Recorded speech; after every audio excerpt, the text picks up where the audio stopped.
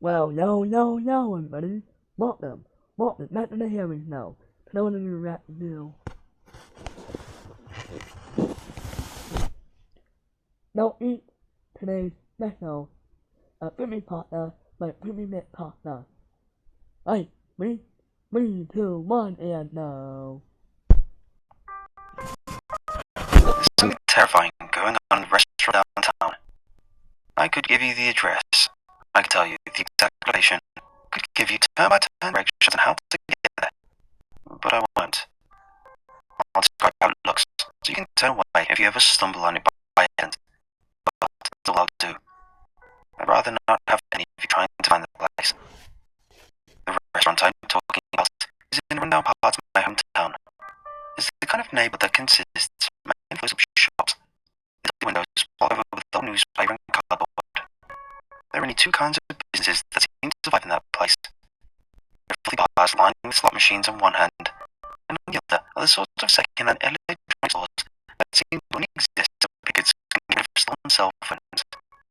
I used to take a shortcut through this district on my way home from my part-time job. Normally, there was little to see. Or rather, what there was to see was either gross or concerning, if not both. So, you were better off not paying any attention to the place. On this particular day, several months ago, however, an illuminated window caught my eye. A simple tablecloth behind a dirty window. It was bright colour that did the trick. Nothing really special, you might think, as you'd be right. But history seemed to have stood out in a place like this, where an all-encompassing team of filth was an expected part of the decor. The window belonged to a two-story house, wedged between some tall buildings. Graffiti covered with walls to an extent that rendered it barely recognizable as a restaurant. Once, his name must have been painted onto the wall of the window. Now, only a few letters remain visible. Bistro was all I could make out. I guess that the second word used to be bistro. No idea about the first one. Upon taking a closer look through the illuminated window, I spotted a light table housing a single, lone customer. There were other tables and chairs haphazardly littered around the room, but the central one was the only table sporting a bright white tablecloth and a guest. Various pots and pans were strewn out on its surface. The air above was filled with foggy steam of freshly cooked food. There were lots of it, far too much for the patron. He was a skinny man with warm clothes that seemed far too big for him. His cheeks looked hollow and his arms spindly. Maybe part of the local population, homeless drifters and addicts. Definitely not the kind of person who might have ordered a meal of this size. He was facing my direction without ever directly looking at me or the window. His attention was completely focused on the food.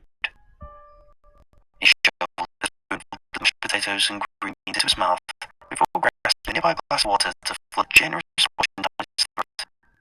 There was an obvious appetite, and he hungrily wolfed down anything he could get his hands on, and the longer I stared at this simple, generous meal, the more I started to grow hungry myself.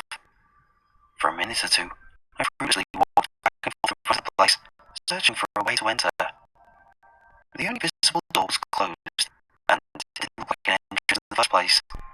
It was a plain steel door sporting an electronic warning sign. And after returning to the window one last time, I gave up, went out, proceeded to forget about the whole encounter. I didn't think about it at all, until he passed by me again a week after. As soon as I took a glimpse of the blood, the memory came flooding back.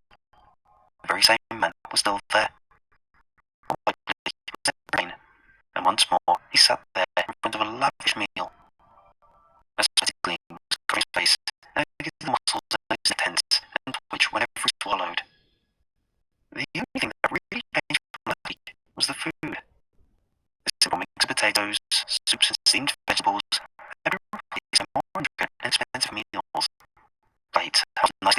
colours of various meats, each artfully arranged in different dust and adorned with a few herbs. With the twist of his wrist, the patron scooped up a serving of thin, delicate noodles dripping with olive oil and roasted garlic. He squeezed the fork against his lips, his jaw still trying to chew the previous load, then opened his mouth and shoveled the noodles in, nearly choking in the process. He looked slightly distressed as he tried to swallow the portion, while his hands were already scooping up the next load, a tender piece of chicken breast from its roast in brown marinade. He slightly shuddered, then forced the film, took a second to sip on a glass of red wine, then went back to stuffing himself. I watched him for 5 minutes before moving on. The scent drifting through the window was enticing, but I had already given up the notion of finding an entrance to the building. When I came home, I emptied my battery and cooked myself a giant meal. Next time I came back to the restaurant was by chance. Something about the whole place had piqued my interest, and I was looking forward to seeing whether the same single customer would return at that time. To my disappointment, something was blocking the view that particular night. A board of some was propped up against the window from the inside.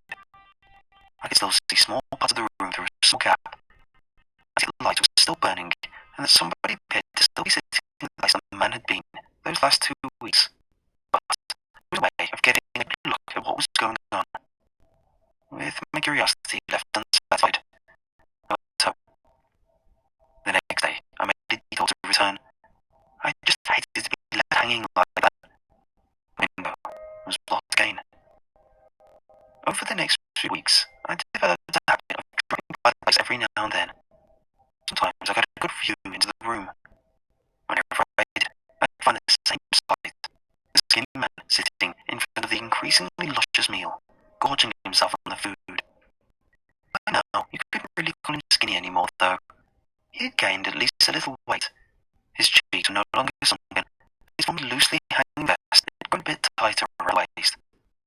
While he had eaten with a healthy appetite at first, his expression turned slightly pained by now.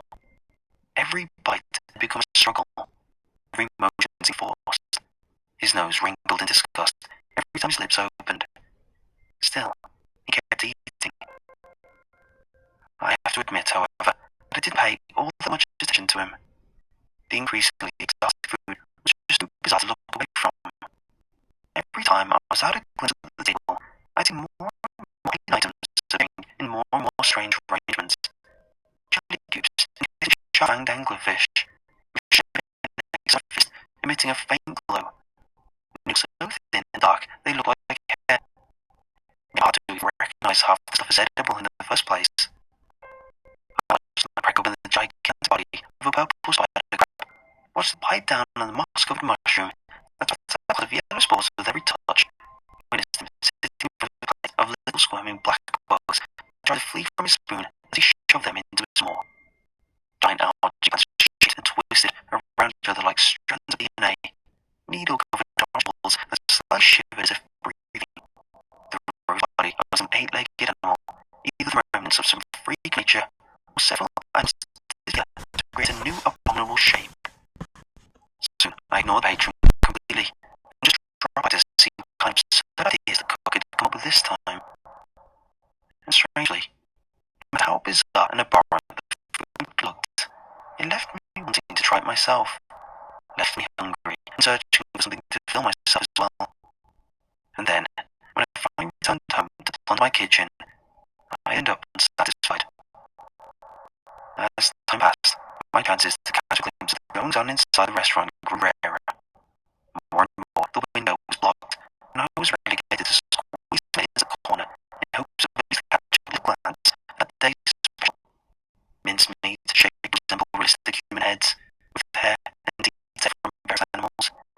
I think the last had emitted a similarly endless stream of bluish fog, a red soup that followed the motions of the spoon before it ever came into contact, as if driven by some magnetic force. By now, I can't believe that anything wrong with these things when I witnessed them. But back then, I kept telling myself that there existed a perfectly reasonable explanation for all of this. But everything I saw was just tricks manufactured by some creative and probably slightly deranged genius. this little lie I could tell myself could only get me so far. It was only a matter of time until the strangeness crossed the threshold.